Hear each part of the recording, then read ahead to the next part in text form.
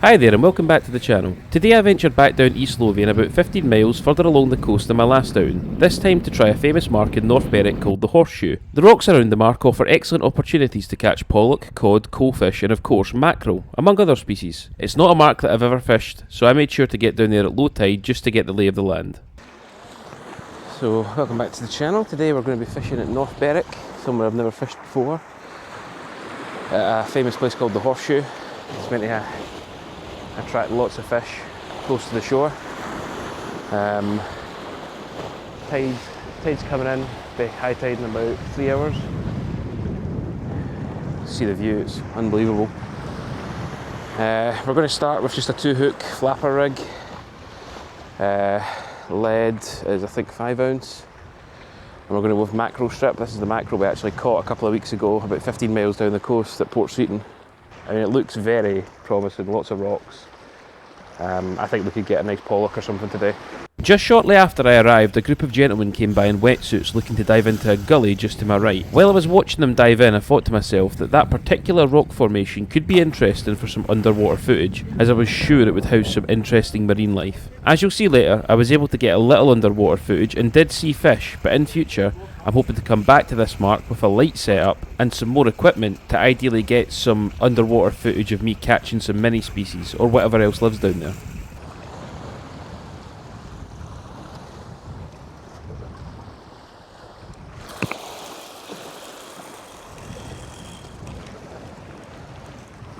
Same tip as last time with the rods, although I can't remember if I included it in the video. I'm not precious about my rod, my reel, things like that. But if you're going to leave it on the ground, just make sure that wherever you leave it, you're actually able to take drag. So I'm bringing my rod back here. I'm going to place it up against this rock. So if I set it there, I can't give drag. If I roll it around like that, there we go. Can take drag. So that just means if we do hook into something big, my rod's not going to go screaming off into the sea. So just to talk a little bit about species, mackerel I think is effectively a guarantee from here today. I've been speaking to a few of the locals, and they're basically saying, later in the day it's going to be like a mackerel every cast, so that's good. Maybe we can fill up on bait for later in the year, for dead bait and for pike and things. But really I'm hoping to catch something different, wrasse, pollock, something like that would be interesting. It's actually quite good for bass as well, although not necessarily this far up the coast. That rock there is actually called Bass Rock, the big white one in the distance. It looks a lot smaller on camera, but it is pretty large. And then further down the coast towards Torness Power Station, nuclear station, you get some good bass as well. I've never fished North Berwick. It looks pretty popular. There's a few rods down there on the beach I can see. Got a guy over at my left. There was a couple fishing over on that rock earlier, so definitely a popular spot. I was just talking to the guy down there.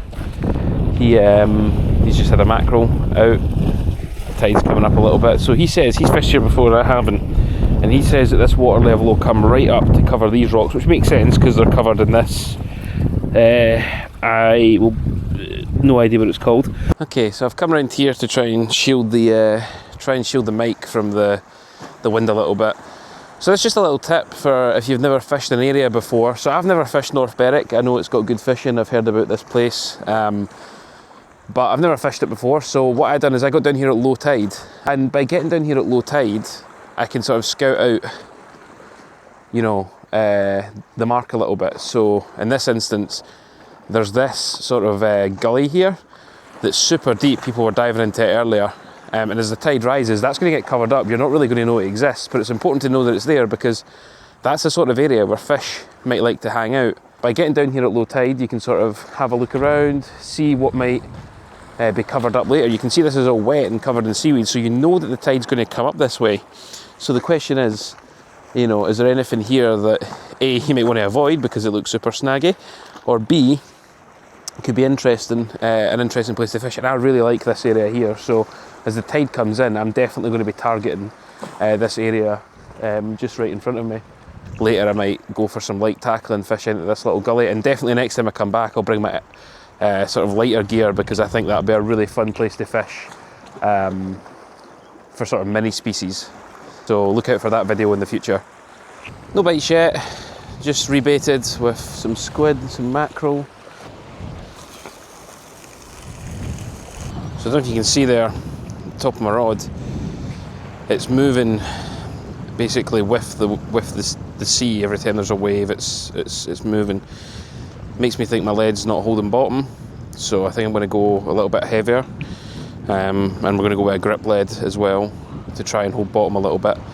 So at this point, everyone around me was catching mackerel and pollock, and I wasn't even getting a nibble, so I decided for a bit of fun I'd try and get some underwater footage. I recently ordered an inline underwater camera, which I'm hoping is going to provide some amazing shots of fish interacting with my baits and lures. On this day though, all I had was my DJI Osmo 4, which is just my standard action camera, and its extension arm, which is about 1.5 meters long. But with just that, I was able to get a little glimpse of a small fish right in that gully that I thought looked interesting. I'd be really keen to know what else is down there, so I will for sure bring a light rod setup next time I'm back in North Berwick, and I'll really try and get some good underwater footage of that gully. I think it'll be really cool. Okay, so not going so well. I've just reeled in and I've caught... Listen, I'm not saying that this is saving the blank, right? But technically I have caught something. I have no idea what this is. It's like a little water bug. If anyone knows what this is, let me know. Don't know how well that's going to show up. Let me get the phone camera out as well. Okay, so technically I have avoided the blank because of this little bug. I have no idea what it is. If you know, let me know. If it's going to kill me, let me know quickly. We're on. We are. Oh yeah. Oh, that's... Jesus. That's decent. Oh my God. Oh. Oh. Snapped, I think. So just for context here, I've got no idea what was at the other end of that line, but it didn't feel small. I think you can hear from the genuine surprise in my voice when I pick up the rod and realise just how much of a fight the fish is putting up. Unfortunately, I think a combination of the fish and the tide had just dragged me into a snag. There was plenty of rocks and things around, and ultimately that's why I lost the fish. Pretty disappointing, because I think it was a genuinely reasonably sized fish. So just to give you an update, I was just on something, and it felt decent, good head shakes, didn't feel light, and I'm not using like a super light setup, so I feel like I should be able to get anything in, but there's some snags out there that I've been hitting all night, and it felt like as soon as I hooked in, it must have hit the snag, and I mean I could feel it fighting and shaking, so disappointing, not sure what's going on. Anyway, we've got about 20 minutes left, so hopefully we can hook into something again. So we are in the proper last chance saloon now. It's getting very dark. We're gonna have to use a torch to get back to the car. But I am giving it one last throw of the dice. Back out there, 2 bits of squid. I ran out of mackerel. I also thought about changing rigs, but it's just so late. To be honest, I think we're just going to let the camera roll.